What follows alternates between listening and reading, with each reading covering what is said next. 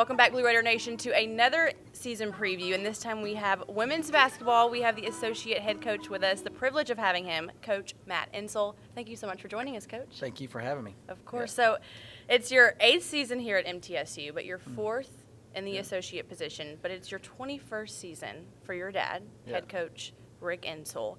What has it been like, or what has it meant to you to be a part of building and help building this legacy here?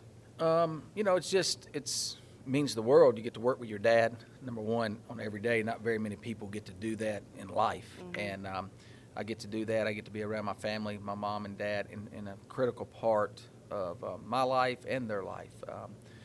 Because you're around your family so much when you're younger. But as you get older in your professional life, you end up usually moving away for a while and all of that kind of stuff. And usually towards the end of that area in the later lives, you're not around your family as much. And I'm very fortunate. I think I get to be that every single day. I'm very fortunate that my kids get to be around, my son and daughter get to be around my mom and dad. My wife gets to be around them. I get to work beside my dad. It's not always the funnest thing from time to time. We do disagree quite a bit on different things, and we do agree on a lot of things.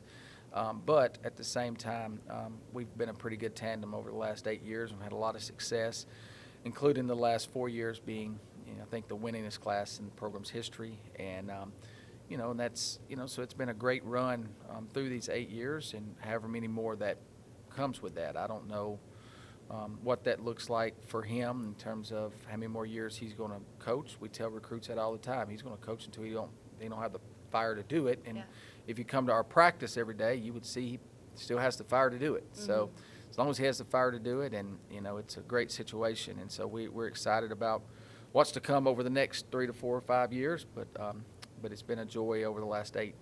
Well, I'm going to read off a list of accolades that your dad, again, head coach Rick Insell, has been a part of, but you as well, because it's quite a list. You've led the Blue Raiders to 12 NCAA tournament appearances, 9 regular season titles, 10 tournament championships, coached 7 All-Americans, and even grew 5 WNBA draft picks.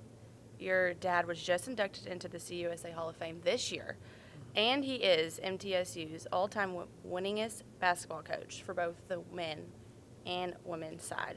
What do you believe has been the key to all this success, if you can even narrow it down?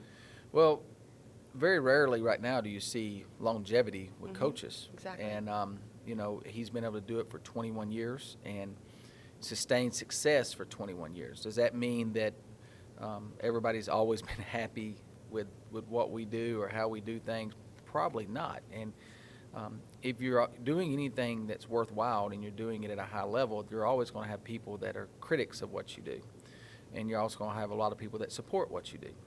And, and so he's been very fortunate to do it for 21 years right here at his alma mater, a place that he has a lot of passion for, a place that our family has a lot of passion for, and do it at a high level and sustain success. And, that's hard to do. It's hard to do. And you look at it, I was talking to someone the other day on a similar podcast, is if you look at what he did in high school with the 780 wins or whatever it shall be there, and then you add 500 in college, I would like to know how many coaches in the country has been able to do it. Because when he came to Middle Tennessee out of high school, everyone, including college coaches, said what he did in high school he won't be able to do at the college level.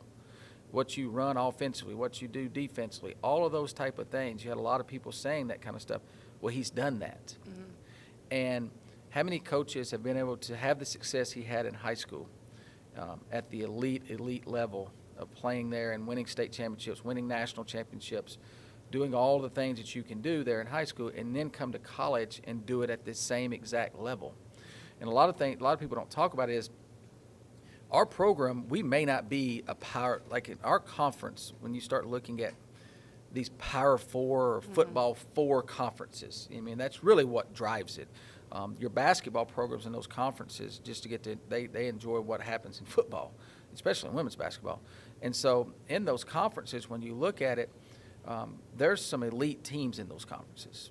There's no doubt about it that your Tennessees, when basketball, the Tennessee, the LSUs, South Carolinas, those are elite teams. Texas, Oklahoma are elite teams. When you get down to the bottom of those conferences, when you start talking 9 through 14 or 8 through 16 and all those in these Power 4 conferences, our program here is better than all those conferences, all those teams. And so we say this a lot to recruits. We may not be in a Power 4 conference per se, but we play at a Power 4 level inside of this program in women's basketball at Middle Tennessee. And we treat it that way every single day. We don't rest on that. We don't come to work and say, we got to win 3 games in March to get to the NCAA tournament. Now, there's years that we have to win 3 games in March to get to the NCAA tournament. But there's many years that we've done our work in the non-conference, and we've done our work in different things. 2 years ago, we were one of the top 25 teams in the country in net ranking. I mean, that we had done our work no matter what happened in the conference tournament, we were in. That's the way we view our program every single year, is how can we play very tough non-conference opponents to put ourselves in a situation that when we get to the conference tournament, that if we've done what we're supposed to do, we'll be in the NCAA tournament. And that's the way Dad has treated this program for 20-plus years, is doing it that way. We have a very young team coming in this year, and a lot of people would say you probably need to lighten your schedule up. We did not do that. We made it harder.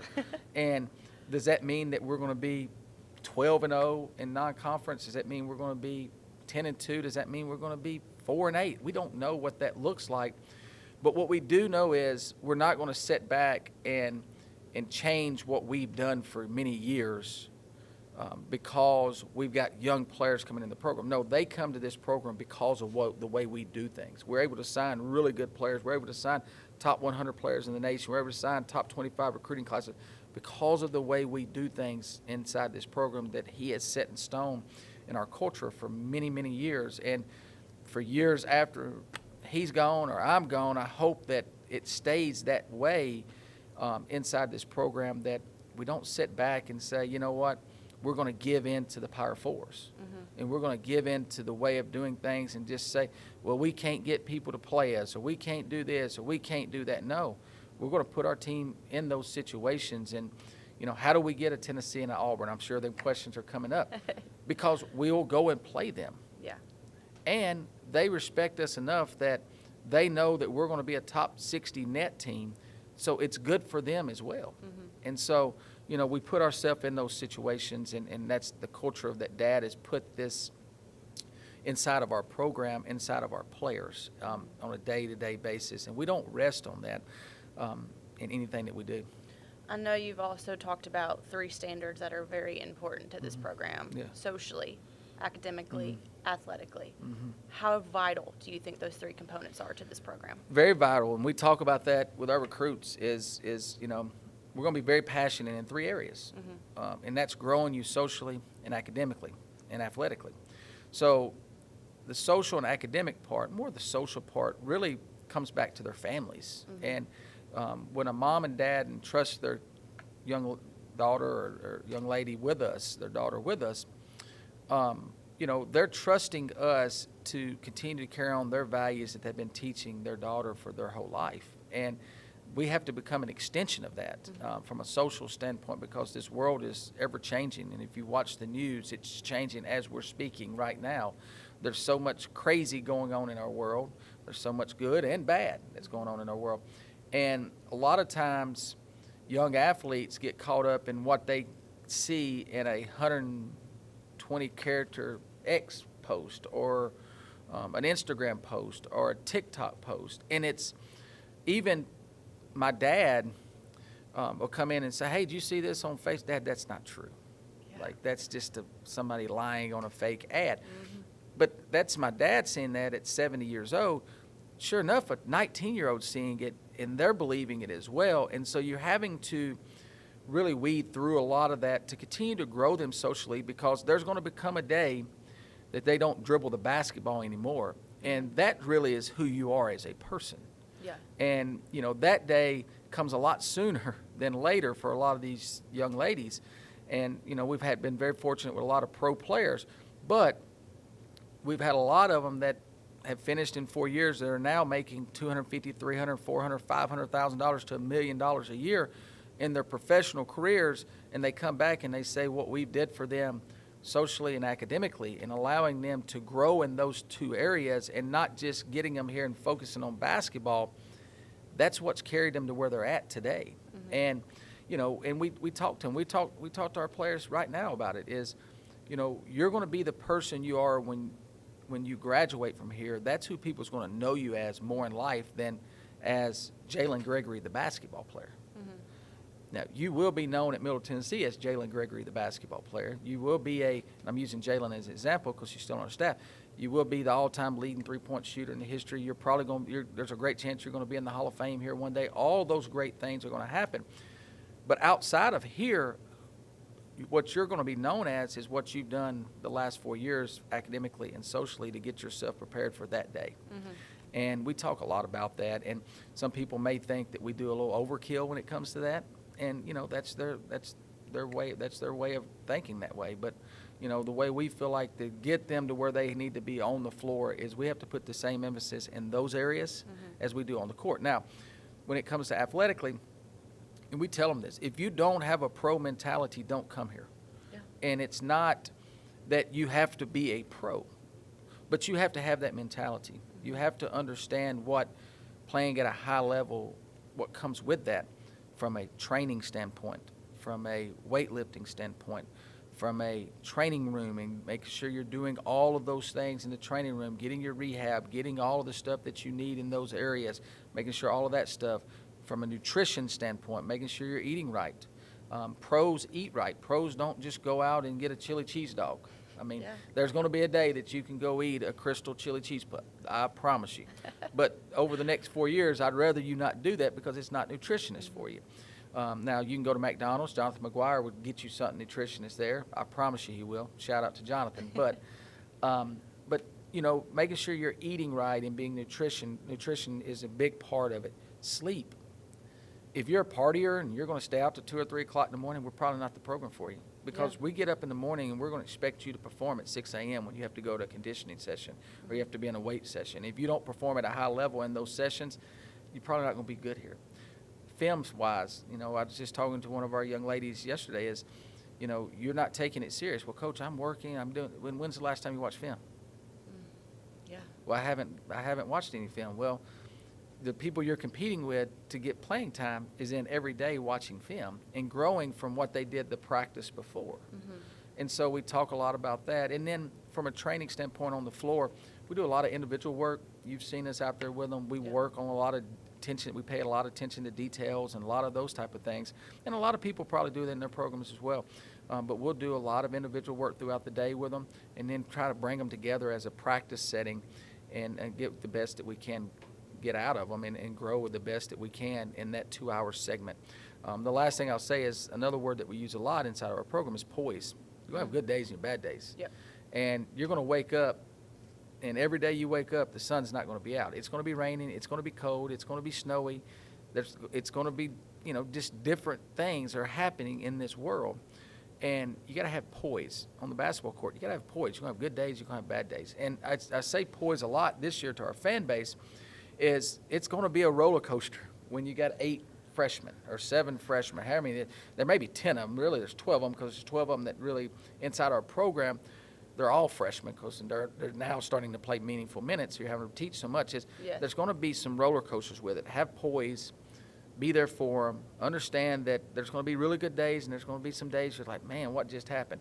But keep showing up. Mm-hmm. Keep coming to support them because you're going to look up in 3 years and this team right now, this young bunch right now that's going up, that's going to have some roller coasters because they're young and inexperienced. You're going to look up really in 2 years, and they're going to be better than what the group was 2 years ago that was in the second round of the NCAA tournament with 2 minutes to go in the third quarter, was up on LSU, the defending national champions, on their home floor in front of a sellout crowd. This group will be better than that, but we need to stay in there with them right now because where that group, they didn't have to play as much when they were young. This group's going to have to play a lot young. From your time as coaching, I know you've been at UK, you've been at Ole Miss, but you've specialized a lot in recruiting. Mm-hmm. And for this team this year, like you mentioned, there's a lot of new faces, a lot of people coming into the culture of MTSU. What were you looking for specifically? Because I know you've talked about also, like, with this whole idea of the transfer portal, with all the chaos in that. what were you and your coaching staff looking for specifically? You know, we still believe in high school players. Mm-hmm. And, you know, if you look at some of the better programs out there in the country, they still believe in high school players. And, you know, can we go into high school and get some very talented young ladies and get them to come here? And are we able to get some players that maybe 5 years ago we wouldn't before the transfer portal? Yes, right now, because of there's so many people trying to build their teams year in and year out through the transfer portal.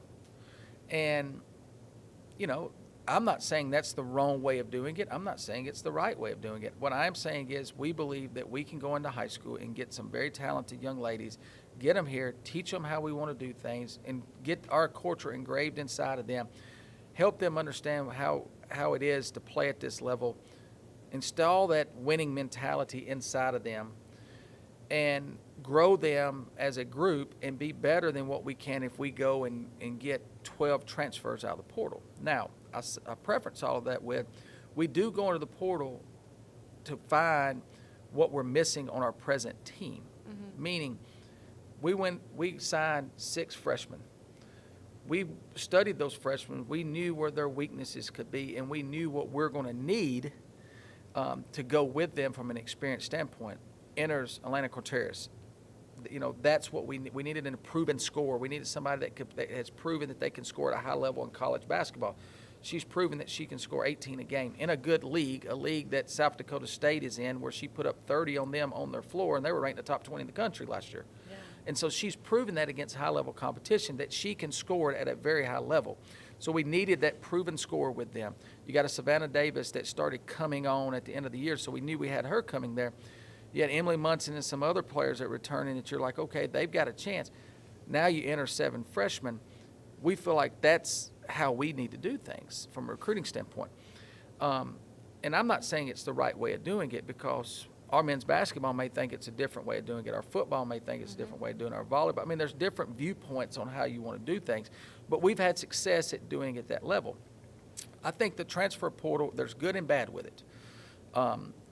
And I study the transfer portal very hard, and I will look at it and I try to figure out what players we want in the transfer portal and what players fit our culture in the transfer portal.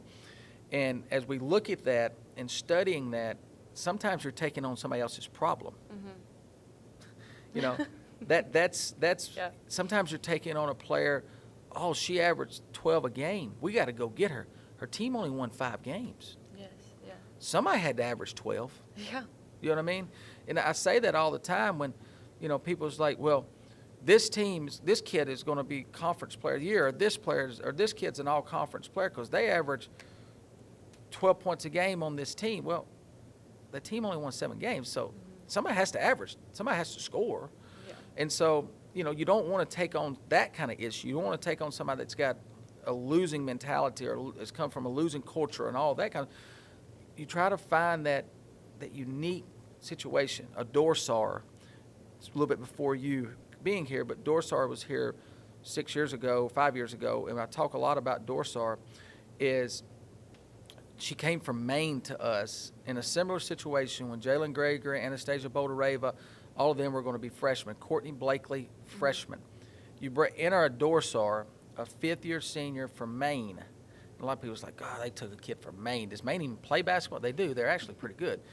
And so we bring her in, and during a very crucial time in our program, because we had just went to the NCAA tournament, but we had some issues going on, and then we had some players that decided they wanted to go play in the SEC and all that kind of stuff, and that's fine. Go do what you want to do, and we wish them the very best. But we were losing an Anastasia Hayes, which was the nation's leading scorer over Caitlin Clark that year. And so she decides she wants to transfer to Mississippi State, and she was a great player. So how do you replace that? Enters a Dorsar, a kid from Maine. Everybody's like, well, that ain't going to replace it. She replaced it not with scoring. She replaced it with mentality. She replaced it with culture. She replaced it with all the things that we needed Jalen Gregory to learn, all the things that we needed Anastasia Boldareva to learn and Courtney Blakely to learn.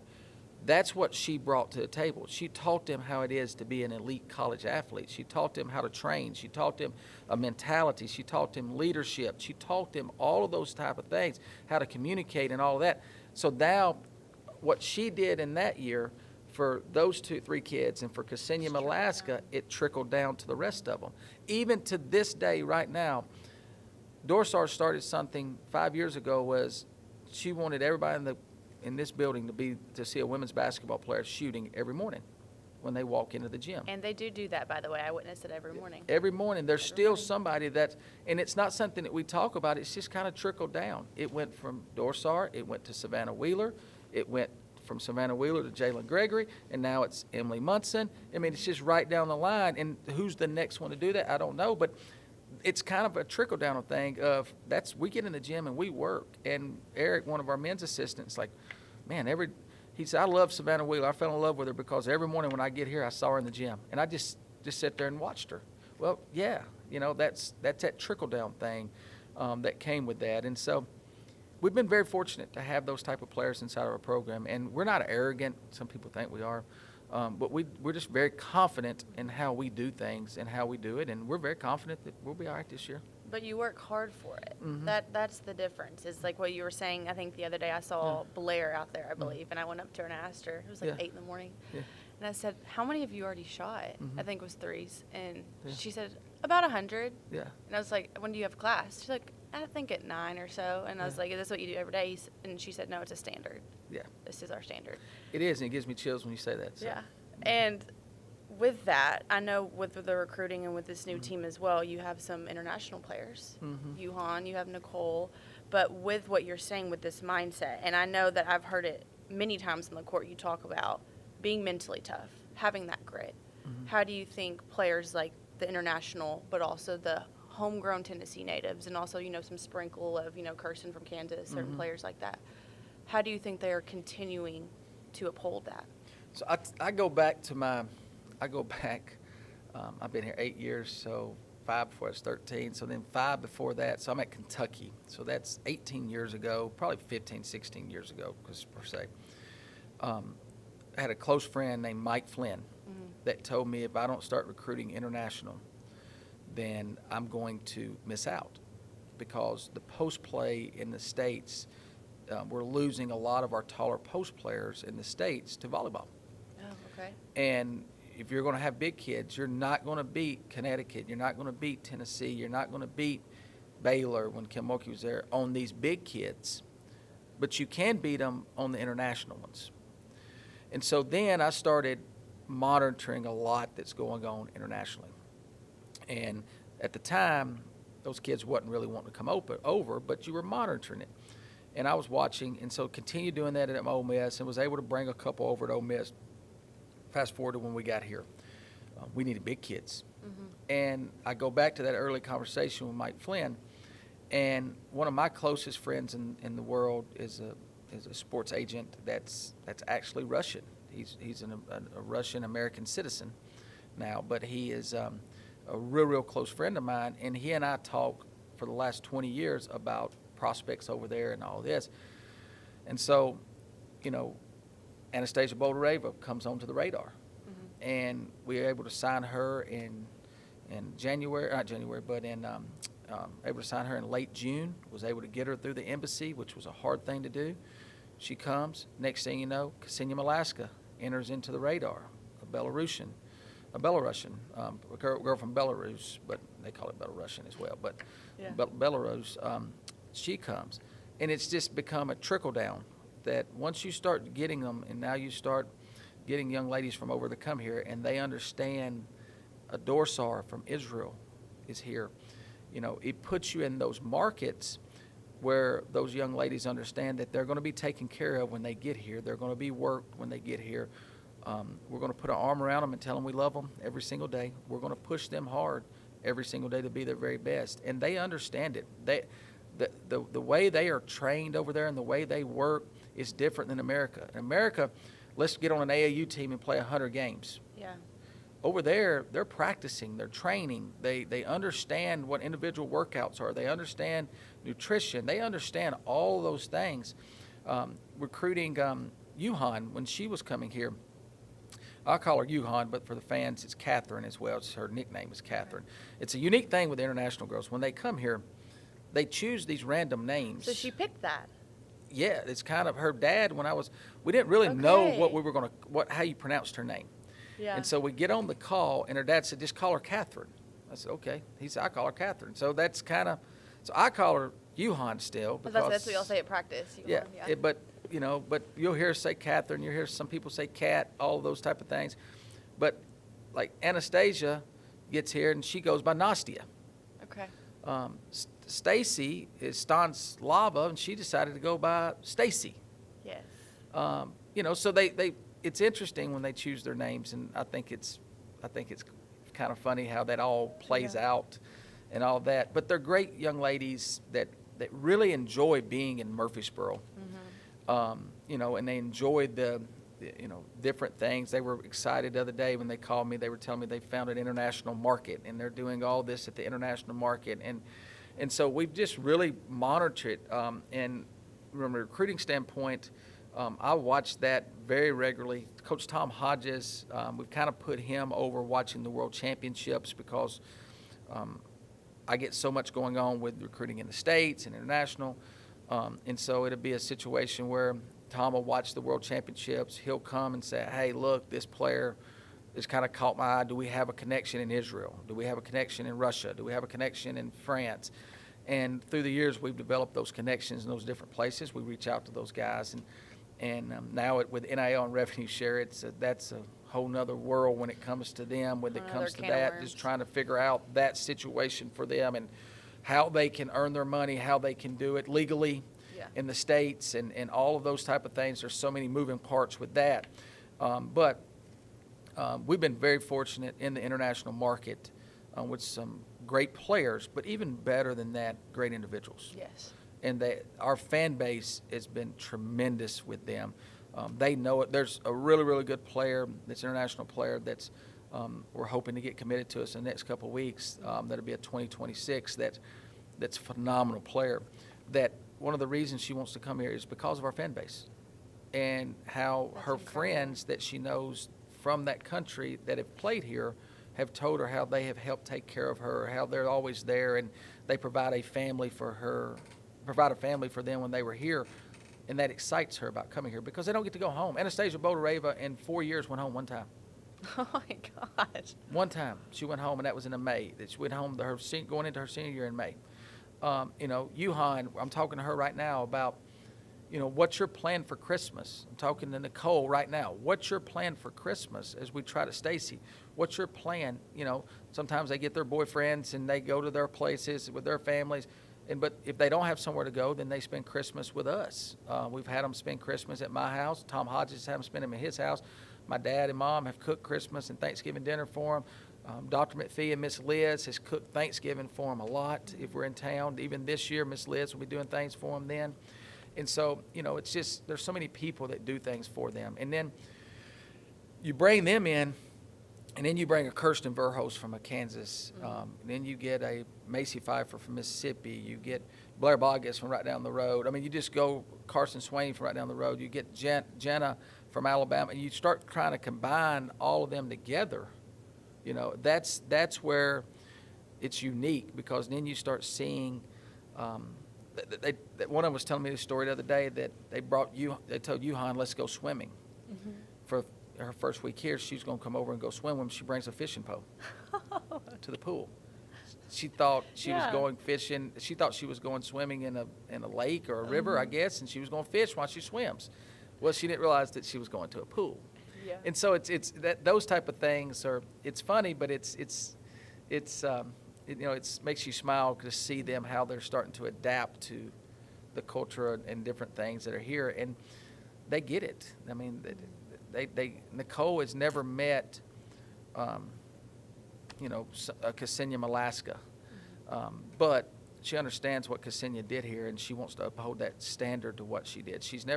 Nicole has never met an Ebony Rowe, but she understands that Ebony Rowe was the all-time leading rebounder and scorer here. You know what? And she won 3 championships. I don't want to let her down. I don't want to let Alicia Clark down. It's funny when Alicia comes back. And I know I told you I get to rambling a little bit. When Alicia comes back, they all go into fangirl mode. Yeah. Oh my God, can you get her to give a picture with me? Can you do this? Can you do that? I was like, guys, she will give you her number. Like, Yes, she'll be a mentor. yeah, she will be a mentor. If you like, go over there and talk. I don't need to go and introduce you. She knows who you are. She follows us. But they go into that fangirl mode when Alicia comes back and their eyes get all big and all this stuff. And I had one of them come in the other day and said, hey, did you know Cheyenne Parker played here and she just won a WNBA championship? Yeah, we know that. We coached her. Like, yeah, like, they just, but they get in, they see that and they're like, oh my God. I said, yeah, so you need to be the next that. Proof's in the pudding. Yeah. Mm-hmm. And when you do that, be Alicia Clark. Come back and pay it back. Be a Dorsar, and I spoke on her, and a lot of people ask about Dorsar, and she's doing great right now. And Dorsar was a fan favorite. But Dorsar right now in Israel is one of the top players in Israeli in basketball. And I was talking to a guy the other day that's over there, that's an agent over there, and he said she may be the best player in this league over here. And, one of the things that excited me, she texted me a couple of days ago and said, hey, there's a great chance I'm going to get back for a game this year. I was fired up about that because our fan base is wanting to see her. Yeah. Because you think about, she played her year here. She leaves here and she has to go serve 2 years in the military right in the middle of their war. Oh, my Then goodness. she's playing pro ball while she's doing that, and now she's done with her military obligation, so our people haven't been able to see her in a while. So now she's about to come back at some point this spring. She's going to try to get back in here in February for a weekend of a game.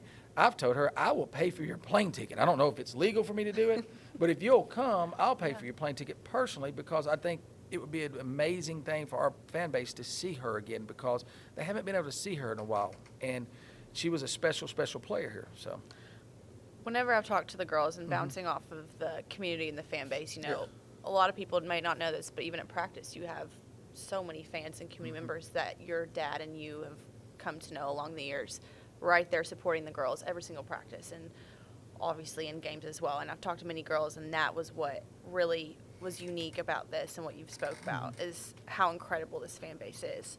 How much do you think that plays into effect of how much this team will hopefully evolve this year, with them being so youthful, but seeing that constant support around them? Yeah, I think one of the biggest things that we've tried to do, that I know my dad has done, and I'm a part of that as well, obviously, for the whole time that Dad's been here for 21 years, and then now my 8th year, is it's not our program. It's not Rick Insell, it's not Matt Insell, it's not Nina Davis or Kim Bruton or Tom Hodges or Shelby Davis. It's not our program. It's the community's program. Yeah. And that's why you see those people at practice. That's why you see that, because they come, they get an inside look at it. They understand what we're doing. We don't hold back when they're there. They know what's going on. They take pride in the game plan. They know all of those things. They come to film sessions. It's their program. We're just very fortunate during this time that we're in right now is to be the people that are leading their program. But if it ever becomes our program, then you won't see very many people in those stands. Yeah. And so it will never become that. It always is going to be their program. And we're just the people leading it right now. And do I think it plays a big part of it? I think our fan base doesn't feel like our girls can play unless they're there. And that's special, because very most special. programs can't do that in the country. Exactly. And we'll go places. I showed a recruit this the other day, and you're going to love them up there. And it's probably going to make those people mad up there, and I really don't have a problem with those people up there. But Western Kentucky, we went up there and played 2 years ago, or last year. We had more, the last 2 years, we've had more fans at the game than they have. I believe it. And I showed a recruit that. I was like, you want to see our fan support? Look at this picture. When we beat Western 2 years ago up there, look at our girls standing here with these people. It took up 2 whole sections behind our bench of our fans that came to that game. We go to UAB to play, same type of thing happens. Go to Jacksonville State, Kennesaw State, same thing happens. We went to FIU to play last year, and this is a game that clinches the 3rd straight regular season title. We didn't know anybody was coming there. We didn't have but maybe 10 people on our pass list because it's late in the year. We run out, and there's 30 of our fans have showed up. They flew down there. We had no idea about it. And so they wanted to be there for him. Derek Mason said this when he first came. We've got to figure out a way to make our football fans be the same way the women's basketball is. They feel like our fan base doesn't feel like our team can play unless the fans are there. You come to the conference tournament, I mean, it's the Joel that runs the tournament in Huntsville. He lays down every night praying that our women's basketball team will be in the finals. Mm-hmm. Because if we're not there, there's probably not going to be 10 people at the game of the women's basketball final. Oh my God. And you hate to say it that way, but that's just. But it's just the truth. Yeah, we see it when we go on the road, and the fan bases can get mad at me if they want, but it's just the truth. He wants us in that finals because he knows that's going to be a hot ticket. Mm-hmm. So because he knows our fans will be there, and why are they coming? Why do we sell so many season tickets? Why is it going to be a sellout for Tennessee?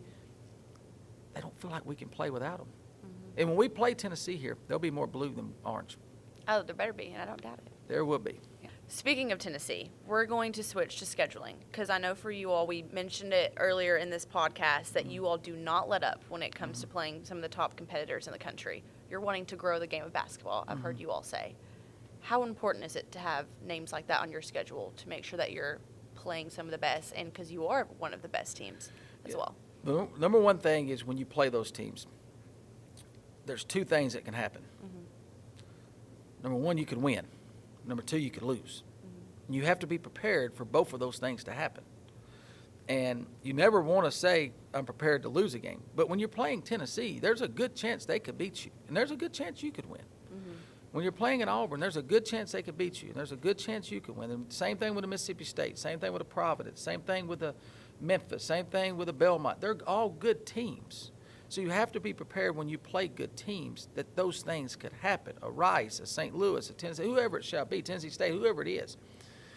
And so that's the one thing when we schedule is you got to know that you better work at it. Because if you don't, they can beat you. If you don't prepare every single day, and we talk about our schedule starting June 1st when we get this team together, is if you're not preparing today to beat Tennessee State on November 3rd, you're probably going to get beat on November 3rd.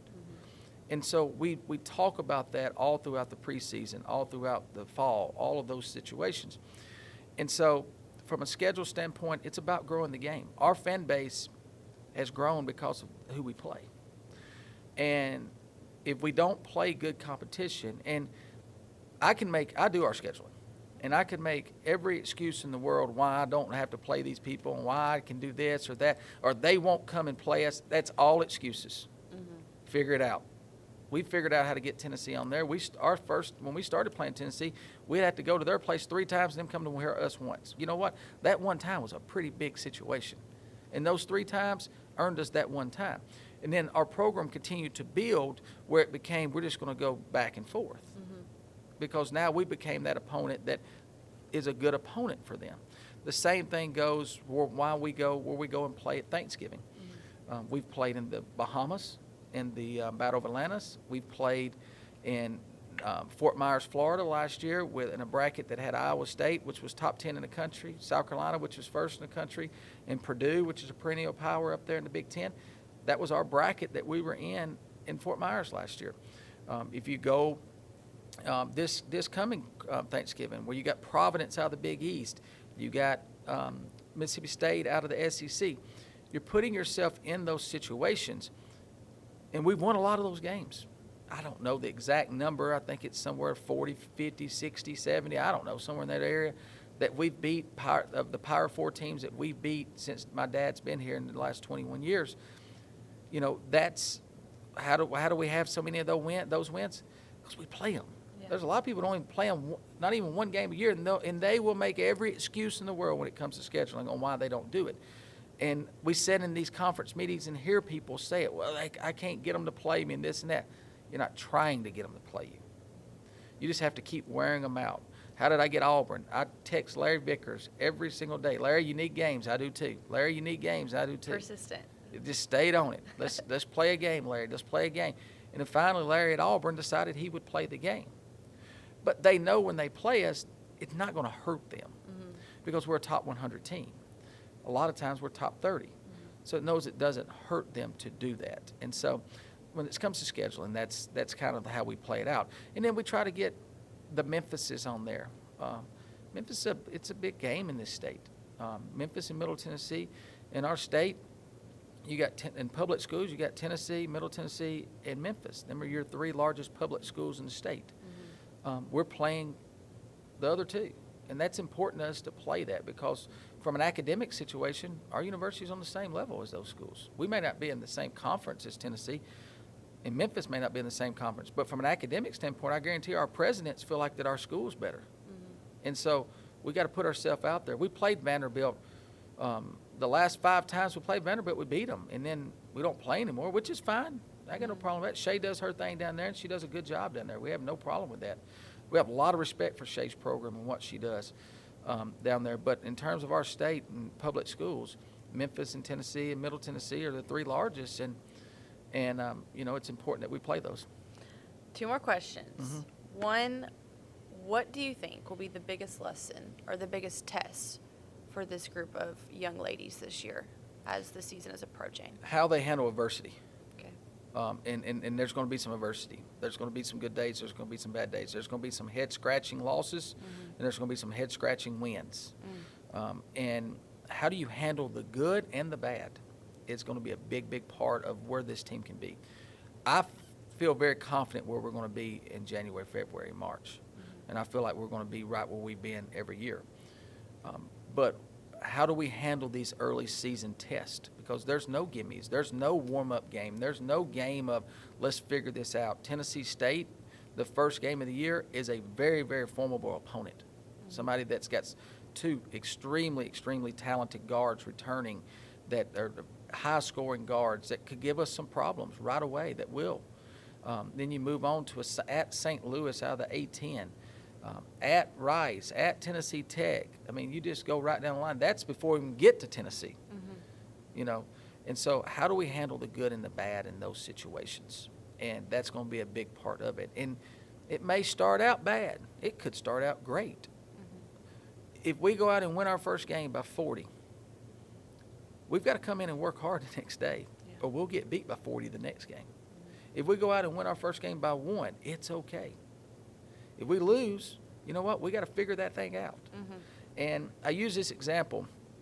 My time at Kentucky, and probably one of the best men's basketball. And when I was at Kentucky, I watched our men's basketball program practice every single day. And I love to hear that. Yeah, John Calipari was a great, great friend of mine. John Robick, Orlando Antigua. I mean, you go right down the line with all those guys. I got real close with those guys. And I watched them every single day practice.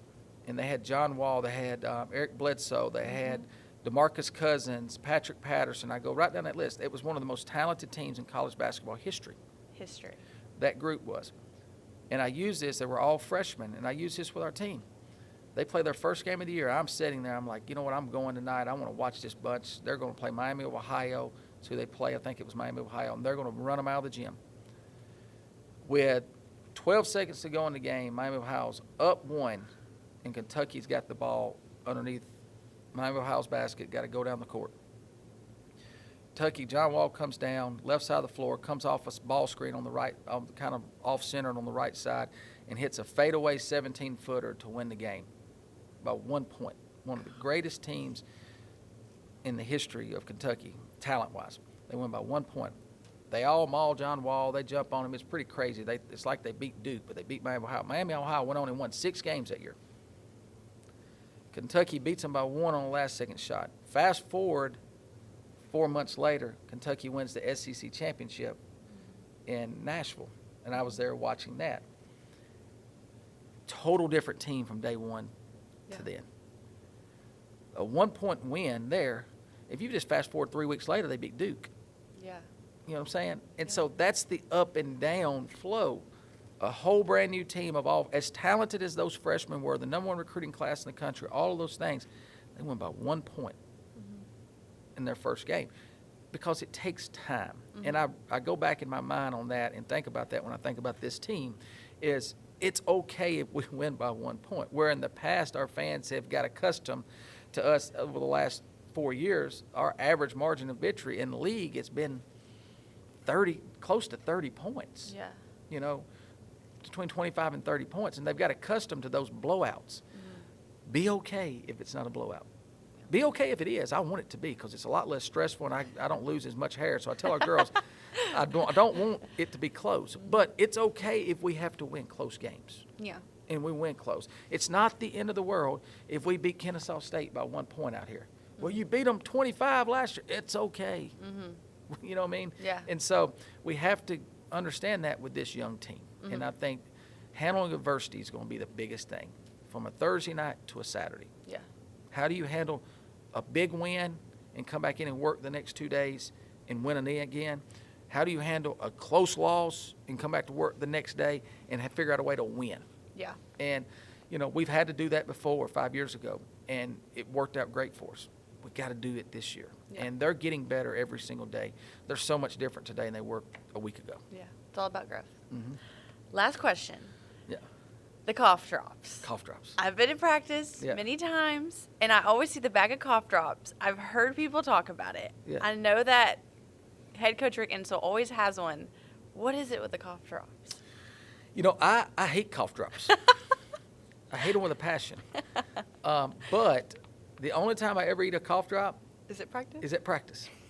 And those cough drops are really good. I don't know what they got in them, but they're really good. I'm a big gum chewer, but those cough drops, I'll chew gum and have a cough drop in. I don't know. It's just a thing that we do. It's a thing that Dad does. It's a thing that I've kind of started doing. It's a thing that Kim, Nina, Tom, you see a lot of cough drops around. And I don't know if it's kind of a tick that we have and it kind of keeps us going or whatever, but they're there. And if you want a cough drop, come. I got a story on a cough drop too. Okay. This will be the last thing I say. We're teaching this young team, we're having to teach everything. Yeah. We're having to teach them how to check into a game from a huddle. Because Okay. it's, hey, you got to run up there, get in the game before the horn blows. They won't let you in. So we were doing some late game situations, and I said, Yuhan, go check in. She looked at me. Go check in. She looked at me again. Go to the scores table and check into the game. You got to get up there before the horn goes. So I keep drawing the play, what we're going to run, and here she comes back in the huddle, and she hands me a cough drop. I said, what is that? I thought you wanted a cough drop. No, I wanted you to go check into the game. Well, when I went up there, the cough drops were there, and I figured you want one. I don't want a cough drop. Get over here. So that's what we're dealing with right now. That's why I say just ride the wave with us. And there's a lot of people excited about this team. And I'll say this last, we are equally as excited. Yeah. But hang in there with them. Yeah. Don't get too confident with them. Don't get too down with them. Yeah. Hang in there with them. This group is going to be special. Yeah. And year one looks a lot different than year two, and year two looks a lot different than year three. Yeah. I don't know what year one's going to be, but I do feel comfortable that when March comes, we'll be there where everybody wants us to be. And that's competing to be in the NCAA tournament. It's all about the climb. It is. Well, thank you so much for your time, Coach. I appreciate everything. And like you said, we're just as excited about this season as you are. Let's get it going. Let's go Blue. Let's go Blue. Welcome back, Blue Raider Nation, to another edition of our preseason preview with the one and only Yuhan Lin, the freshman guard for our women's basketball program, and she's from Taiwan. She's our international student coming in. How are you doing, Yuhan? How's it going? I'm good. You're good? Yeah. So your name is Yuhan, but you also go by Catherine, correct? Yes, my dad called me Catherine when I was a child, and she just Catherine, and yes, he gave me the Catherine, and my brother is Bill, so that's just my father prefer. Okay. So that's everyone called me Catherine. Gotcha. Okay. So we're going to go back and we're going to talk about growing up in Taiwan, your childhood, and how your love for the game of basketball came about. At first, I just play basketball as my habit because when I was elementary school, I just saw a boy because boy like basketball, so I just saw them play out of class, and I just wow, that's cool. But at that time, I'm a table tennis player. My whole family played table tennis, so I never imagined that I can play basketball like now, and I play basketball in America now. Yeah, that is insane. When I was a child, I just played table tennis I want to be the professional table tennis player, but never mind, I can play the basketball like now. And I started playing basketball like a hobby, just like I say. And when I graduated at elementary school, my junior high school coach just fired me, and I just tell him, my dad will not accept that. Impossible. and I just told my coach, just said, I give you my dad's number. Just connect my dad. If my dad say yes, absolutely, I say yes. Okay. So at that time, my coach just come to my house, come to my home, and one day I just come back my home and wow, he's there. And my dad just asked me the first question asked me is, hey, you want to play basketball, right? I just say, yes, I want. Then it started my basketball journey. Okay, I love it. I know that before we got on here, you were talking about how at the time you were shorter, and so you kind of were like, I don't know if I can succeed in basketball, but now you're 5'9". I'm not succeed. I'm not succeed. I don't have any achievement now. Yes, but look how far you've come. Yeah. Now you're here. You're in Murfreesboro, and with that, why did you choose to come here to MTSU to play for both Coach Rick Insell and Coach Matt Insell? I came here at first just a recruit, and when the coach connect me and just give me like the very high expectation for my basketball skill, and at that time, actually, I just decided to go to the Draco to like start the Draco for 1 year or 2 years, then just step by step to NCAA. And at that time, coach just tell me, "Hey, you can do that." He believed me a lot, but at that time, I didn't believe myself. Yeah. As coach believed me. So when just coach recruit me and talk to me a lot, and I feel they really want me to come here and believe in me. Yes. They believe in me, and they just think I can be a good player, good person here. And at that time, I just do some discuss with my parents, my friends, or someone else. Yeah, and the final, I just decide, I want to challenge that. I have this opportunity to come here, and I can challenge the highest level. So that's why I just have to challenge that, because this opportunity is not everyone have. So I talked to my friend and my parents, and they just tell me they very support me to challenge myself, and yes, maybe just create the new journey of the Taiwan's women basketball and myself, my journey, my basketball journey. Was it hard for your parents to watch you come to the States? At first, my mom just tell me, my parents absolutely just said, we support you a lot. We 100% support you. But my mom just asked me, hey, you really want to go America? That is very far. That's really far. That's really far. Yes, between us, that distance is very far. Yeah. And I just tell my mom, what? You said you support me. and she said, I support you. If you make a decision, we just 100% support you. Yeah. But that is very far. I say, yes, I know, but I want. Yeah. And now you're here. Yeah, so now I'm here.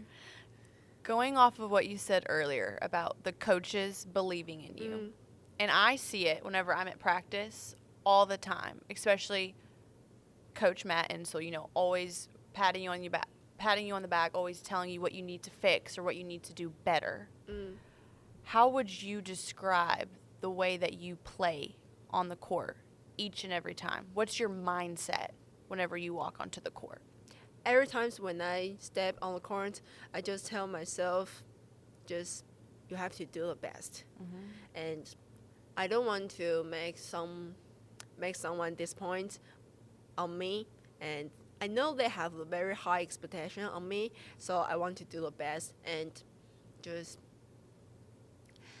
give them the best performance. Yes, and just tell them the recruitment is not the bad decision; it's a good decision. So I want to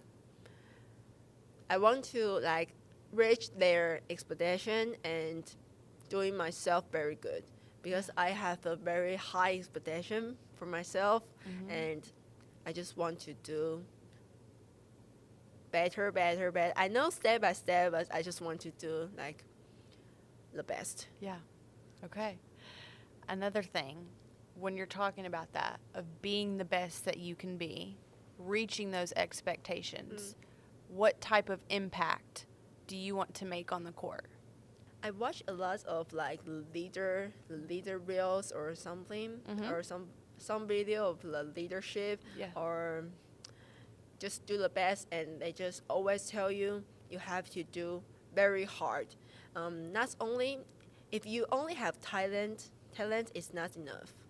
That's just a potential for yourself, but you have to like work hard or doing something more than others that can just make you achievement a lot of level.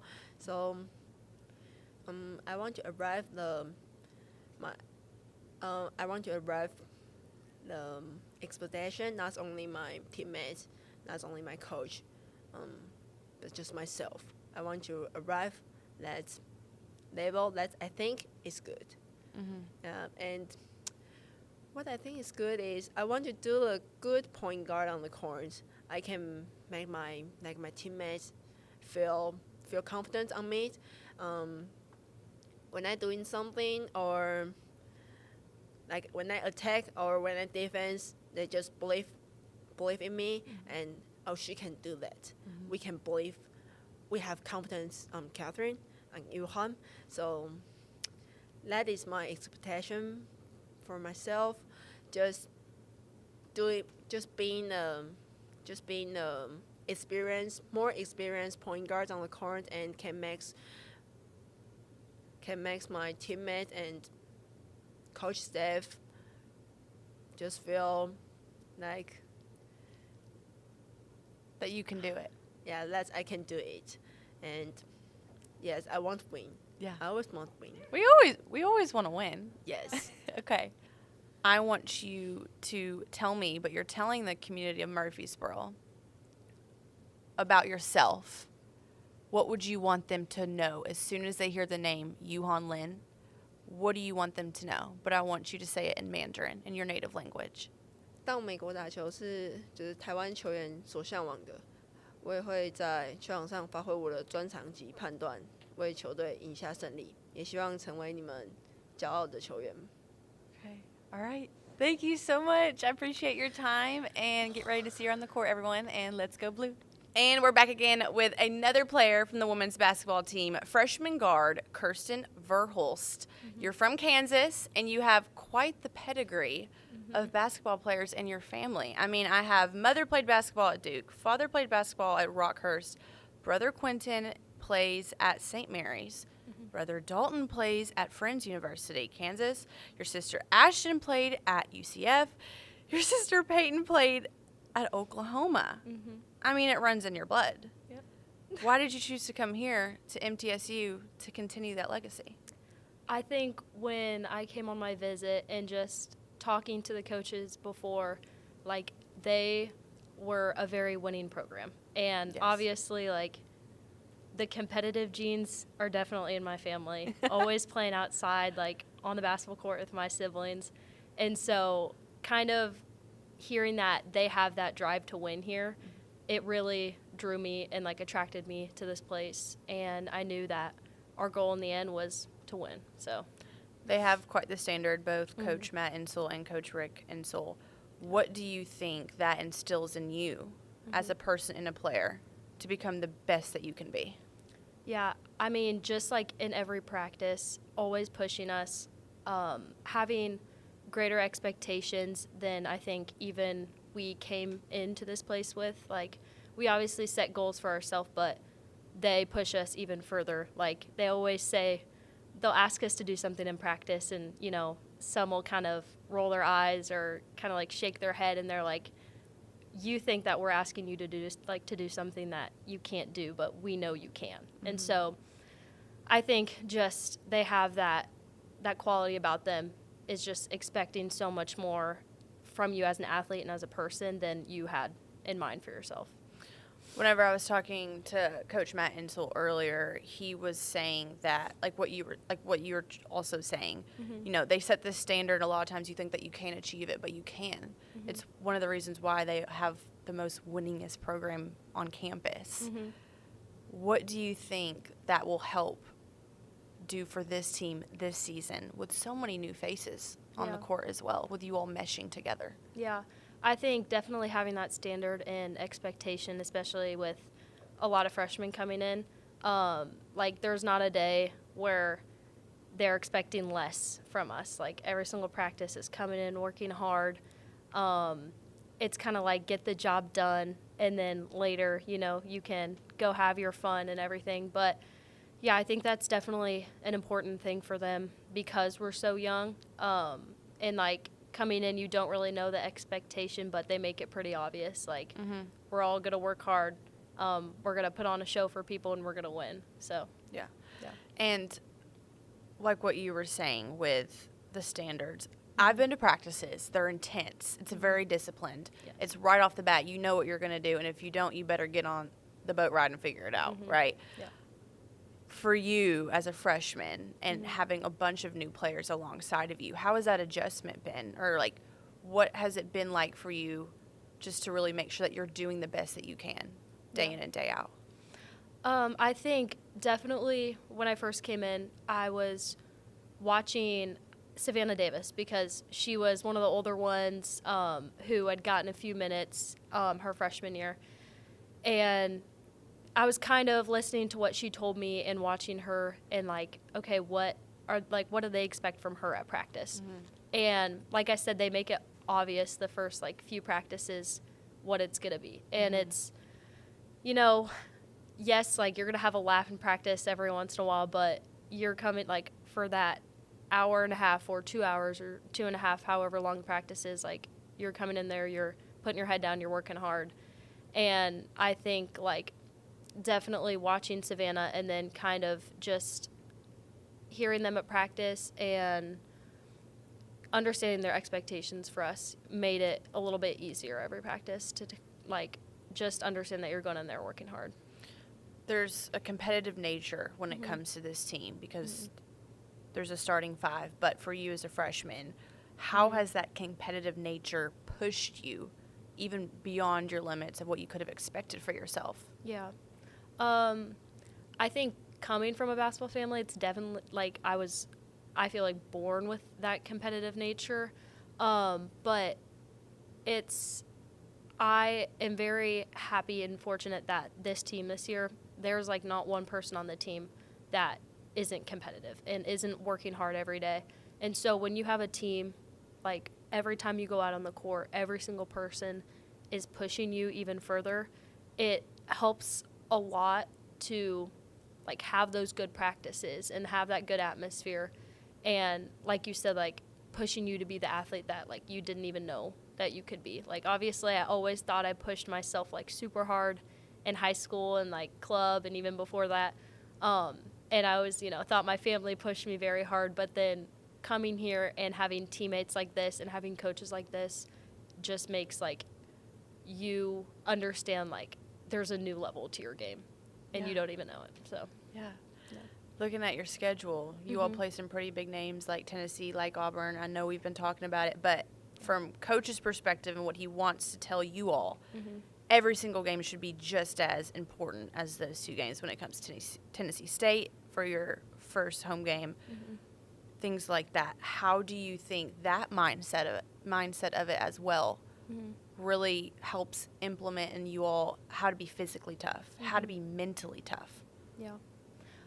I think, like, when we go and play the Tennessee and Auburns, like, that is a like a whole different level of basketball. Obviously, like those are the best of the best,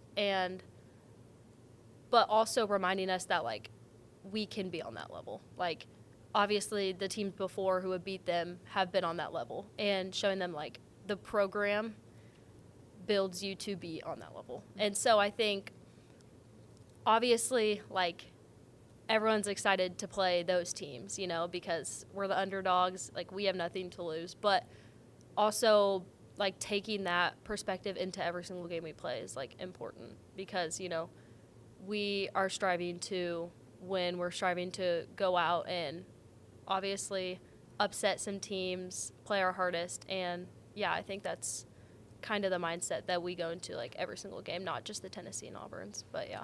Your head coach, Coach Rick Insell, you know, he was just inducted into the CUSA Hall of Fame this year. He has and will make more than likely his 500th win in his career here at MTSU. What does it mean to you to be coached by a man like him, by a person like him, every single day? Yeah, I think it shows a lot when you are in the like Middle Tennessee community and like atmosphere, when you see all these people like, oh, we know who Rick Insell is, and we know the Insell family, and like they have a lot of respect for them here, and there's a reason why. Like obviously getting 500 wins, like being usually the top of the USA Conference every single year, like it's really and truly like amazing to say that you could have played for somebody like as big of an inspiration for others like as he is. And I think it's exciting, obviously, but also like there's a big expectation when you play for him, so I think it's the best of both worlds, really. Exactly. Yeah. The fans, the community, there's nothing like it here at Murfreesboro, here at MTSU. This is my first year here as well, and I've already been completely wowed about it. Yeah. For you, like you said, you have a huge line of family and a pedigree of competing at certain levels in collegiate basketball. But how would you describe the fan base here? Yeah, I think, again, like, everyone expects the most. Like, obviously that's a given. They perform to the most, like, to the best, and so everyone's going to expect that every single year. But, yeah, I think coming from a family that pushes you a lot, you get pretty much the same, like, feeling and aspect from here, is that everyone's expecting a lot. And obviously that puts a lot of pressure, but it's also a lot of privilege to be expected, like, to have a lot of it expected of you. Yeah. And so, yeah. I love that. It is a privilege. First year in the blue and white, what is your biggest goal for yourself, whether as a teammate, as a player, as a person? Yeah. I think definitely my first goal is for people to know that, like, she's going to go out and play her hardest every single game. Like, that's a big goal of mine, in no matter, like, what platform I'm playing on or even what I'm doing in my life. Like, I try to work my hardest, and I hope that, like, at the end of my, like, career, that people would say that, like, I was always, like, on my A game. I was giving, like, 100% effort. And then beside that, as, like, a point guard, I think one of my biggest goals is to step into, like, a leadership role this year. They talk about it a lot in practice. They've talked about it with me a lot, kind of what they expect of me. But just, even though I am a freshman, like, understanding and, like, having that relationship with my teammates of, like, pushing them as athletes, but also, like, being there for my team and pushing them on off the court, being vocal and all that stuff, just trying to be a good leader. Last question. What would you want the community of Murfreesboro, MTSU, Blue Raider Nation, what do you want them to know about you, Kirston? Like I said, I think I want them to know that, like, I'm going to give my everything every single game. And I'm going to go out there and give energy. I'm going to give effort. And, yeah, I don't think anyone should expect less of me. So, perfect. Yeah. All right. Well, thank you so much for your time. And it's going to be an exciting season. And as always, let's go Blue. Thank Thank you.